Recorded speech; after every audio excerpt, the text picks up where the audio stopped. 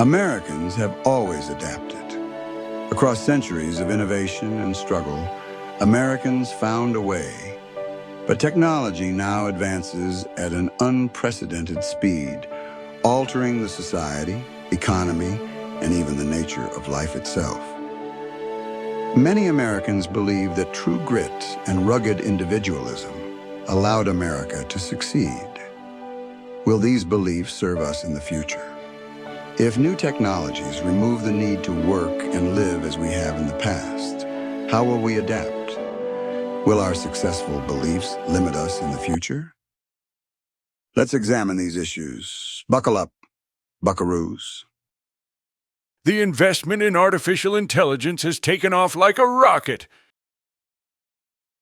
Will this launch change everything, or will artificial intelligence end up in a colossal fireball? I wonder, how did we allow a few billionaires to focus U.S. investments in AI and building power plants?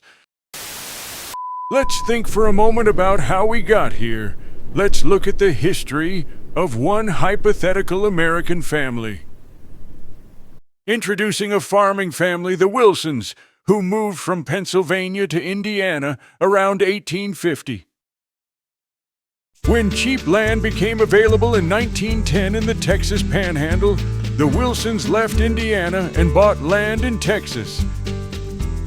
By 1920, Eastern financiers bought large blocks of Panhandle land and introduced modern industrial farming methods and equipment.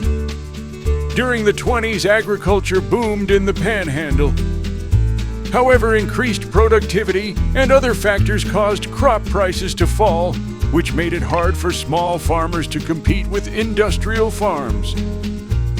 As prices fell, these rugged individualists cultivated more land, which led to even lower prices and unsustainable soil erosion. This created what is commonly known as the Dust Bowl. The only recourse for the Wilson family was to leave Texas and move to California in 1932. They could not beat big money and Mother Nature. After working on farms they did not own, the Wilson family bought a small plot of land in Fresno, California in 1940. The oldest son, Sam Wilson, left for Europe as a U.S. Army private in 1942. Sergeant Sam Wilson returned in 1945 and used the GI Bill to earn a pharmacy degree. In 1951, Sam acquired a Rexall drug franchise in downtown Fresno. Around 1966, a small shopping center opened on the border of Fresno. Some downtown customers took their business to this new shopping center. The small shopping center grew into a large one, which drew most Fresno customers away from Wilson's downtown Rexall drugstore. Sam Wilson's son, William, followed his father and went to pharmacy school. After graduating in 1978, William worked at Payless Drug, a large retail chain, and learned to use computers and fax machines. William was also exposed to the rise of pharmacy benefit management. This new middleman is designed to make the drug industry more efficient. However, in practice, it squeezes both pharmacies and consumers. By 2010, William was the senior pharmacist at Thrifty Drugs. His location changed owners every few years as different LLCs bought them, and he was happy to retire in 2018. Meanwhile, William's son, Aaron, acquired a Farm D in 2005 and worked as a pharmacist at a major hospital in California. Aaron quickly adapted to the new medical technology, including AI. However, he was concerned. Both his father and grandfather were affected by continual technological and organizational changes. Hopefully, Aaron will still be working as a pharmacist in 2030, but AI will undoubtedly change where and how he works. Interestingly, occupations on the extremes of education are likely to be the safest bets for the AI revolution. However, most clerical occupations are likely to be gone. AI is also likely to gradually reduce the number of human transportation workers. Bizarrely, one of the most vulnerable occupations is entry-level computer programmers. AI can write programs much more efficiently. There are millions of family stories like the Wilsons. Grit and rugged individualism were functional in the past, but will they be in the future?